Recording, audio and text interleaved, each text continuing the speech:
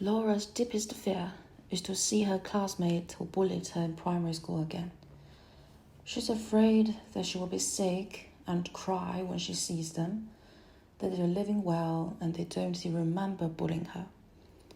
Laura knows very well that God plays tricks on human beings, and she will face this day eventually. She opened a bookstore and wrote novels. Laura and her husband have a daughter, and they named her Daisy, hoping that she will be pure and beautiful forever. Daisy has been in Laura's bookstore since she was a child. She always sits quiet and reads books by herself. She can never get enough of them. She always smiles and shares the knowledge she has read in the book. Kimmy, the girl who took the lead in bullying Laura in primary school. Kimmy was good at study. Everyone likes her very much. Kimmy's parents came from the poor village. They were dressed in rustic clothes, and their strong accent always disgusted her. Laura's mother came from a high-educated family in the city. She talked decent, well-dressed. She's got big curly hair and a red lipstick on. Kimmy always felt that such a beautiful and glamorous woman should be her mother. Laura simply wasted such a good gene, so she hated Laura. One day, Daisy came home sad. Laura asked her if there was anything happened at school, if she wanted to talk about it, or if she just wanted a couple of hot chocolate. While drinking the chocolate, Daisy said that there was a boy named Tim. He always threw her things into the corridor and called her a liar. He said it was impossible for her to know so much knowledge. She must have made it up. Laura touches Daisy's hand and said, "Did you tell him Mommy has a bookstore so he can read a lot? You're not lying. And did you tell him that he shouldn't throw your things in the corridor, which is wrong and you're very sad?" Daisy shook her head and said no, but she would tell him tomorrow. For the next few days, Daisy was always sad. Laura contacted Daisy's teacher and wanted to meet Tim's parents and talk about this. The meeting between two parents and the teacher was that Friday after school. Laura went to the teacher's office first and didn't see another parent. So she asked if Tim's parents had not arrived yet. The teacher said that Tim's mother is also a teacher of the school, who teaches senior students. Tim's brother is in her class. She would come down after answering some questions to students. Laura nodded, sat down and waited, repeating what she was going to say in her mind. The door was pushed open, and a woman dressed simple with a ponytail came in. Laura looked up and froze. The name Kimmy suddenly exploded in her head.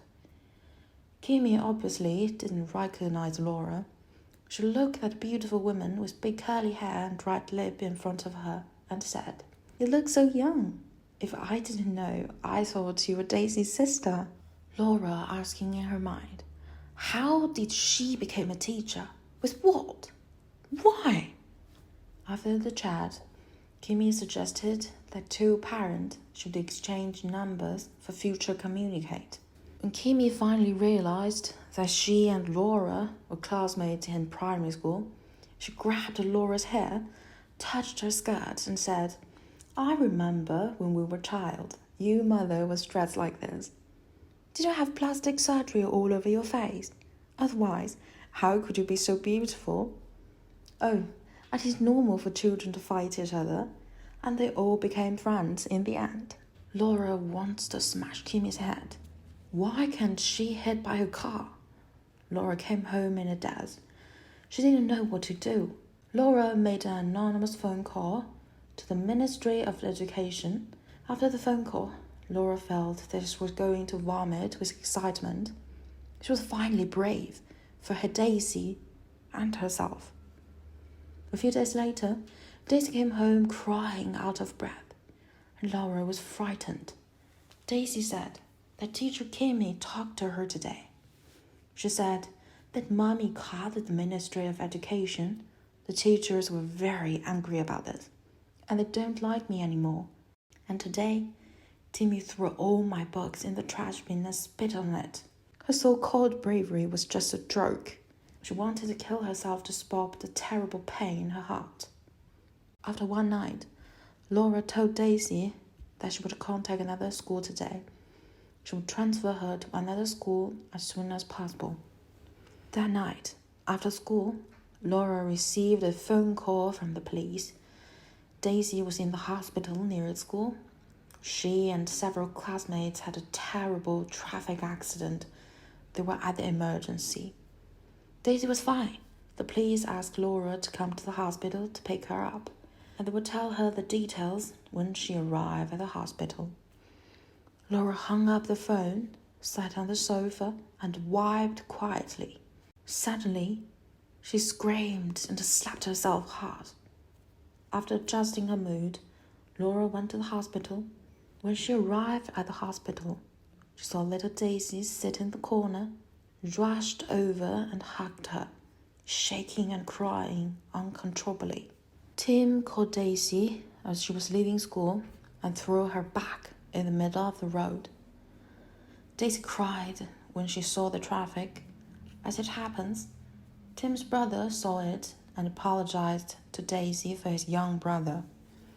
As he spoke, he ran to the middle of the road. At the moment he bent down to pick up her bag, he was hit by a truck and crushed beneath its wheels. Daisy's eyes were covered by some adult in time and saw nothing.